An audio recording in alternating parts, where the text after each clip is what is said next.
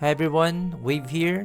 So this is Club Wars 101 as per requested ng mga members natin. No, hindi naman siya in full detail talaga, but as much as possible I want to give guides to those people or to those players na bago pa lang sa larangan ng run, no? And gusto maging active or mag-improve yung Club Wars gaming nila. So ituturo lang natin ngayon dito yung essentials natin when it comes to Club Wars. Okay? Ano yung mga kailangan natin? Ano yung mga dapat nating hindi gawin? Dapat nating ginagawa? Okay? So, sige. This is do's and don'ts, no? Do's and don'ts and must have, no? Pagka magka-Club Wars ka. No? So, first thing is check natin yung inventory. Dapat meron tayong start point pass. Okay? So, ito, ang purpose nito is pagka nagpa-SP yung commander natin, automatic ito, pipindutin mo to. Okay? Regardless kung ano man yung situation dyan sa loob ng e-room, pag nagpa-SP yung commander ninyo, SP. Okay? Magpa-SP yung commander, SP kayo. Okay? So second thing is, kailangang naka-save point kayo dito. Okay? Check nyo kung naka-save kayo dito bago mag-umpisa yung war. Kasi, dito tayo mapupunta kung saan tayo naka-start point, di ba? Kung saan na mapa.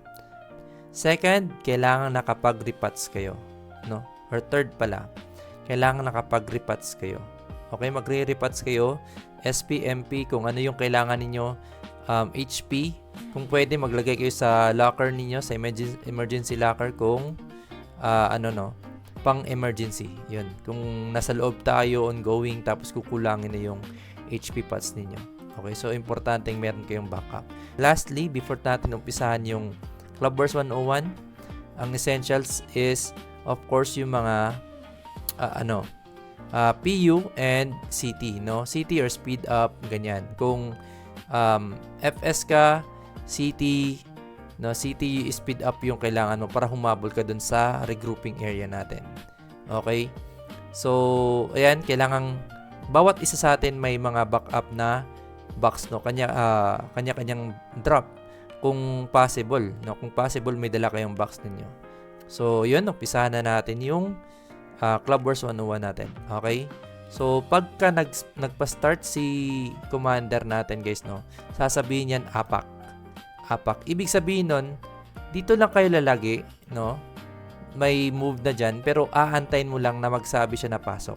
Okay? So, pagka nagpa-apak yung commander natin, dapat nandito na kayo. Okay? Dapat nandito na kayo. And make sure, no?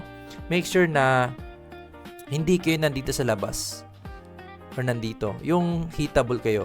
Kasi maaaring mapatay kayo dyan. Okay? Pag napatay kayo, madadrapan kayo.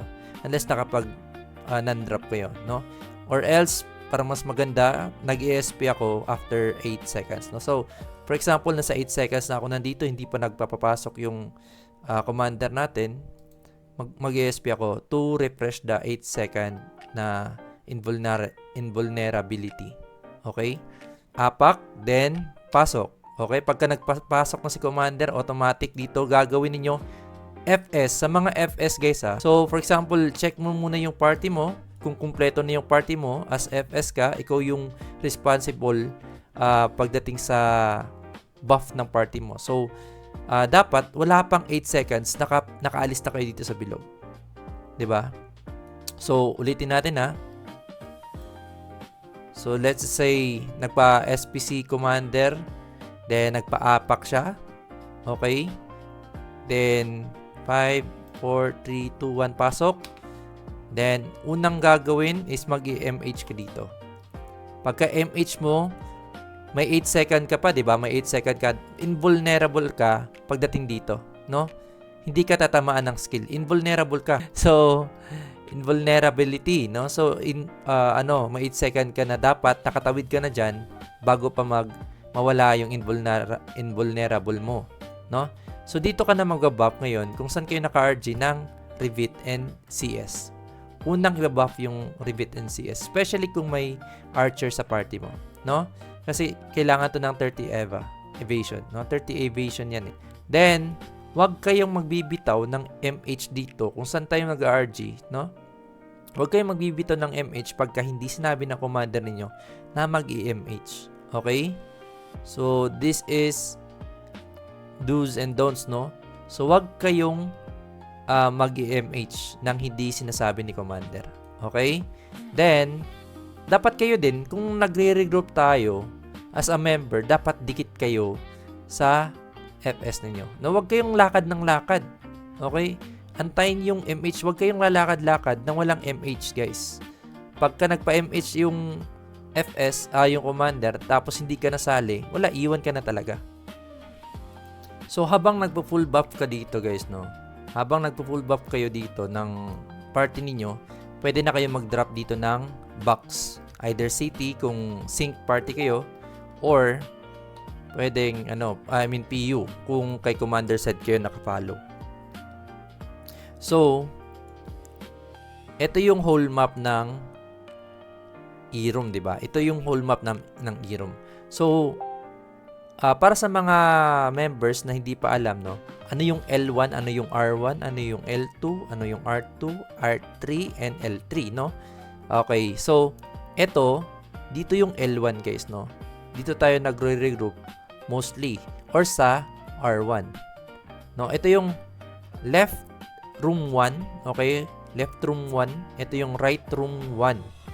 Ito yung left room 2, ito yung right room 2. Left room 3 and right room 3, no? So, R3 and L3. Okay, saan yung lower platform? Ito yung lower platform, guys, okay? Ito yung lower platform, ito yung platform. Okay? Ito yung laser. Okay? Laser. Okay, kailangan makita niyo yung laser, okay? Sige. Alright? So, ayan.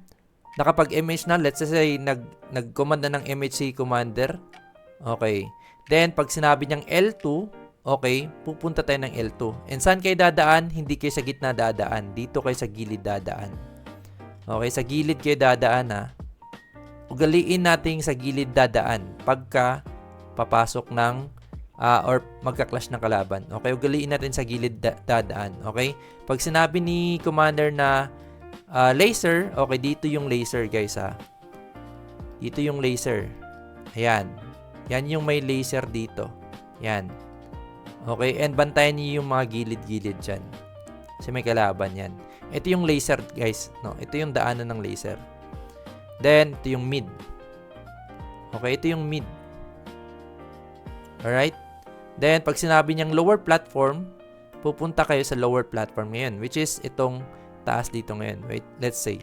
Let's wait. Okay, for example, nagpa-MH ulit si commander, no? So, dito kayo magre-regroup. Antayin mo sa map yung kasama mo na lumapit na sa'yo. Okay? Then, mag-i-MH ka. Then, pagka sinabi ni commander na lower plat, ito yung lower platform, guys. Okay, lower platform. Okay? Ito yung lower platform, guys. Dito, ha, dito. Ito yung platform sa taas. Platform na to dito. Okay? Lower platform is ito. Pag sinabi ni commander na R3, okay, pupunta tayo ng R3. Hindi tayo dadaan sa platform. Okay? Pupunta tayo ngayon sa R3. Dito. Ito yung R3. Okay? So, ito yung platform, no? Akyat tayo. Pag sinabi niyang akyat, angat, ito yung angat dito. Akyat sa hagdanan. Alright? Kailangan yung matuto mag-follow ng macro, guys. Kung makikita nyo, hanapin nyo si Commander Zed, no? Kung anong karakter ni Commander ni Aram. Si Aram yung gamit niyang karakter. Kay Commander Zed, usually disaster, no? So, regardless kung ano man yung gamit ni Zed, tignan nyo na lang yung naka-macro. Okay? So, makikita nyo naman yung ganito. 'Di ba? Ito yung macro. So, kung saan yung commander, let's say dito. 'Di ba? Kung hindi mo alam kung saan yung karakter niya, hindi mo malalaman kung saan yung tinutukoy ni commander, 'di ba? So, kailangan matuto kayo maghanap ng macro. Okay, let's say sinabi ni commander said na dito, then alam mo na chaching yung gamit niya. So, dito yung ibig niya sabihin. Mag-regroup kayo dito. Okay? Mag-regroup kayo dito. Yan. Then, Pag sinabi niyang pasok, pasok na, no? Sa gilid kayo dadaan ngayon. Unahin niyo itong sa gate. Dito, then dadaan kayo dito sa gilid. No? Para maikutan niyo yung likod. Ganyan. Gilid, pasok, ganyan. Kung makakaya ninyo, then ikot dito. Ganyan. No? So, ayun. Yun yung sa do's and don'ts. So, for ano ba bang kaya kulang? Wait lang. Ulitin natin guys, no? Smoothin, gawin nating smooth, okay? So, magpa-SP muna tayo. Okay, SP. SP, then apak. Apak muna, apak. Okay, 3, 2, 1, pasok. Pasok, pagkapasok, MH ka agad. Okay, R1. Okay, sa R1 tayo dadaan. Okay, dadaan kayo sa gilid. Okay, R1.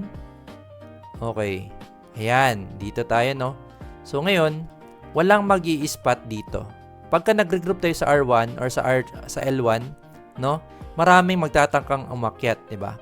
So, dapat, dito na side, walang pepwesto. Okay, walang pepwesto dito. Ayan. Pwede kayong pumwesto dito, dito, or dito. No? Dapat sa box na yan walang haharang. Kasi matatamaan yung mga nasa likod. No? Dapat papasok muna yung kalaban para matamaan natin ng skill. Okay? Para hindi tayo maunahan. Okay? Aakyat muna sila dito. Dapat makaakyat muna sila dito. Okay? Dito tayo magre-regroup. For example, wala pa. No? So, regroup tayo dito. Rebuffs tayo. Rebuffs. Then, BA nyo yung mga kasama ninyo. Box kayo. Drop kayo ng box. Then, pagka nagsabi si commander na MH, MH na. Then, sabi niya, R2. No? So, R2. So, pupunta tayo ngayon sa R2. And saan dadaan? Sa gilid. Sa gilid tayo dadaan na R2. Okay?